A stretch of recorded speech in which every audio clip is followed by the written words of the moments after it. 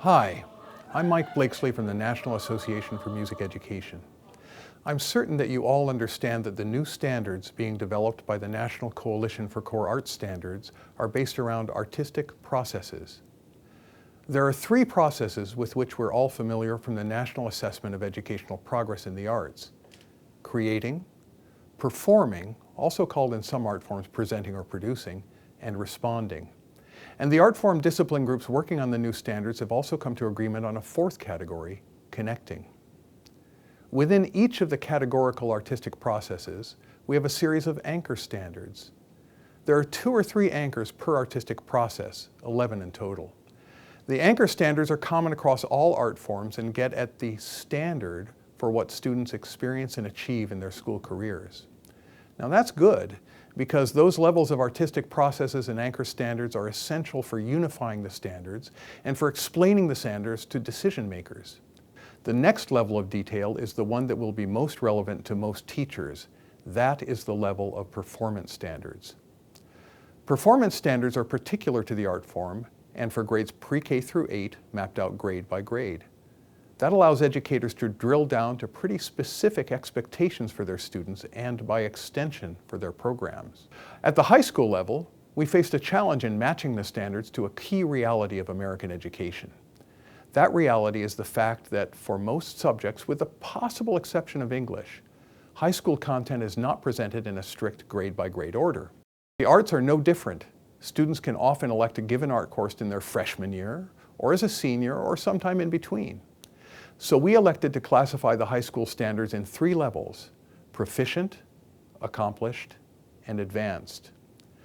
These levels are flexible enough to accommodate varying degrees of achievement by students during high school, and from those who build for a limited time on their pre-K through 8 foundation and those who are doing truly advanced work that might be recognized with honors or similar status by the school.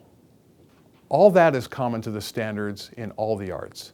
One difference in the way various art forms lay out the high school standards again stems from the realities of American schools as regards music. Different music students can take very different pathways in their studies, so the music standards are divided into strands to reflect those differences. We currently have strands for ensembles, for composition and theory, and for harmonizing instruments. Think of guitar and keyboard. Some of the other art forms are holding open to the possibility of going to this kind of structure at a later date, but only music is currently following this path.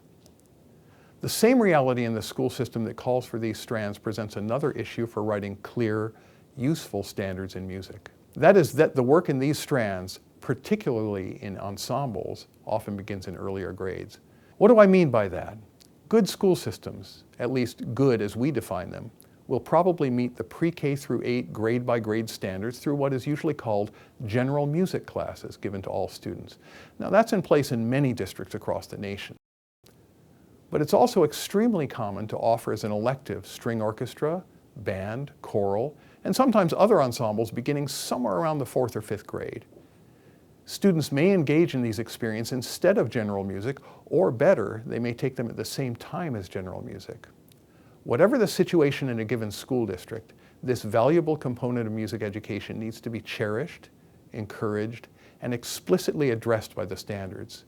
So the music writers are working on drawing an explicit line down to earlier grades in the strands by appending earlier levels, tentatively called novice and intermediate. Following the same logic that dictates proficiency level approach among the arts in high schools, these levels can apply to different grades in different school systems, though they may show up in the standards as tied to one grade level or another for the convenience of presentation.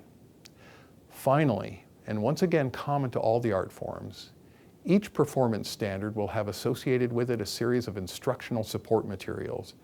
These will include discipline-specific enduring understandings and essential questions, definitions that will help to operationalize the standards, and model cornerstone assessments that will guide everyone in thinking about how these standards can be assessed.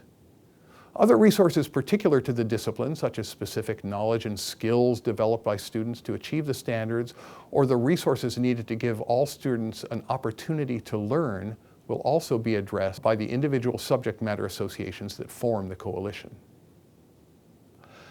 All in all, everyone from decision makers to educators to parents will find the standards a useful and accessible structure that will both provide a clear vision of what our children deserve in the way of arts education, as well as the tools needed by those who need to drill down to address for themselves the burning questions of professional practice and instructional delivery. I hope that this helps you understand these standards. They'll be coming out in June, and it will be a real help and a boon for us in the field. It will help us move toward our dream that every child in America get a full and balanced education that includes the arts.